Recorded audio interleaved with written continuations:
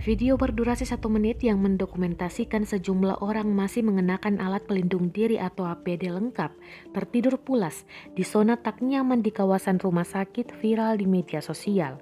Video amatir yang terekam pada malam hari tersebut memperlihatkan mereka sedang tertidur terpisah tak jauh dari ambulans dengan beralaskan lantai, tanah hingga tidur di atas bak mobil.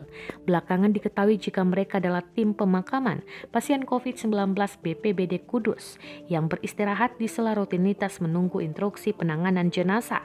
Komentar beragam membanjiri postingan video yang juga diunggah oleh akun Facebook Kudus Viral.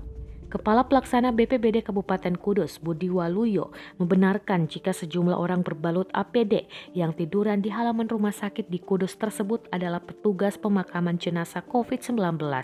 Mereka, sambung Budi, berstatus relawan serta tenaga kontrak BPBD Kudus yang berjumlah 20 orang dengan asumsi dibagi menjadi 2 tim.